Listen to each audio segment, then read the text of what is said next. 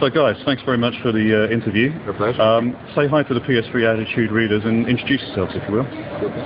Well, hello to the PS3 Attitude readers. My name is Patrick Redding. I'm the narrative designer on Far Cry 2. I'm at Ubisoft Montreal. My name's LP. I'm the producer of Far Cry 2. We're all at the Montreal studio. Excellent. Now, what makes Far Cry different from all other FPS titles that are out there? You want to take that one? No, you go for it.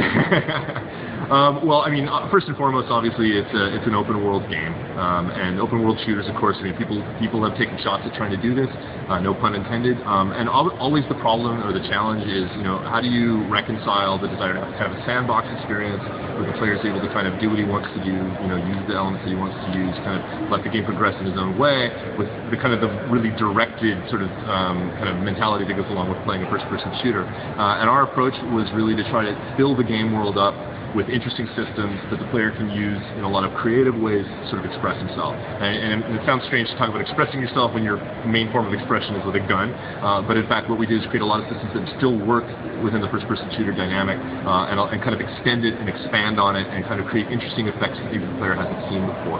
People talk an awful lot about our propagating fire system. So obviously, a flamethrower is the logical way to go with that, but there's also lots of other elements in the game world that can help to create fires. Yeah, because the way we see it, we're giving the players ingredients and they can play around with it. The fire's a good one. You can plan it, plan your approaches. A lot we give the tools for the player to observe, to explore, to really push the boundaries of that open world. But at the same time, people expect some things out of an FPS, and we're not reinventing the genre of certain things that we consider conventions of FPSs. So, the shooting's pretty much the same, but we've added, a few layers and a lot of cool features like, dynamism. Everything's dynamic in the world. Everything's reacting to the wind. We've got all the weather effects, the 24-day night cycle. So as an ingredient, the 24-day night cycle is one of them. You can change time. By changing time, you can adapt your strategies to how you want to raid a camp. If you want to do it at night, the gameplay is completely different.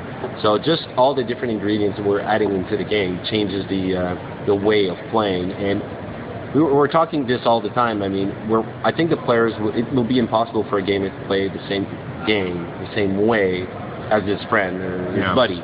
Because, when you play more linear shooters, you can talk to your friends, hey, that guy behind that tank, when you shoot, when you turn and he's there, I have a hard time killing that guy.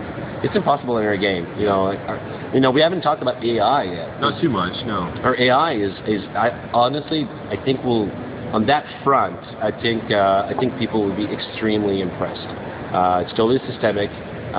They are extremely surprising in their behaviors because they're pretty smart, and they tend to do stuff that the player actually will learn from what they do, to be a better combatant on the field. I mean, the other thing too, is that because it's a shooter and the primary emphasis for the player is going to be on taking action in the game world with his weapons and by maneuvering around and doing all the things you normally do in a shooter, we needed to be sure that our systems for delivering the story and for delivering the kind of mid-level gameplay and high-level gameplay took all of those inputs from the player and kind of tracked those inputs. And having a dynamic AI and a systemic AI that's able to react in a really kind of responsive way to what the player's doing is kind of part and parcel of that. So it's valuable to us both from a combat perspective, but also in terms of being able to say, well, rather than having some big scripted event that can only happen one way at this point, at this exact choke point in the game world, which really feels funny in an open world, what we can say instead is, there's certain things that we would like to be able to tell the player, certain kinds of information we want to deliver that will help him progress his story. So what we can do is give that to any of the AI in any of the locations that the player happens to be, and they'll be able to deliver that. So really these become very powerful tools for us. And it's a way to kind of help bring together both of these elements, the sandbox element as well as the shooter. And those ingredients give the player an extremely high level of liberty. I mean, he can attack 360 degrees.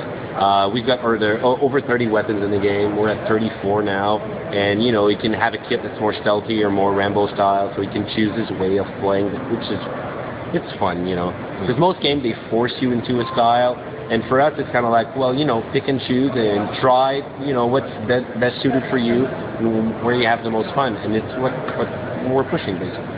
I mean, the atmospheric effects do look amazing, but what real-world features of the weather can players expect to come across, and how's that going to affect them in the game? In terms of weather specifically, well, we have, essentially, what the weather is doing for us is mainly altering lighting effects and visibility effects, right?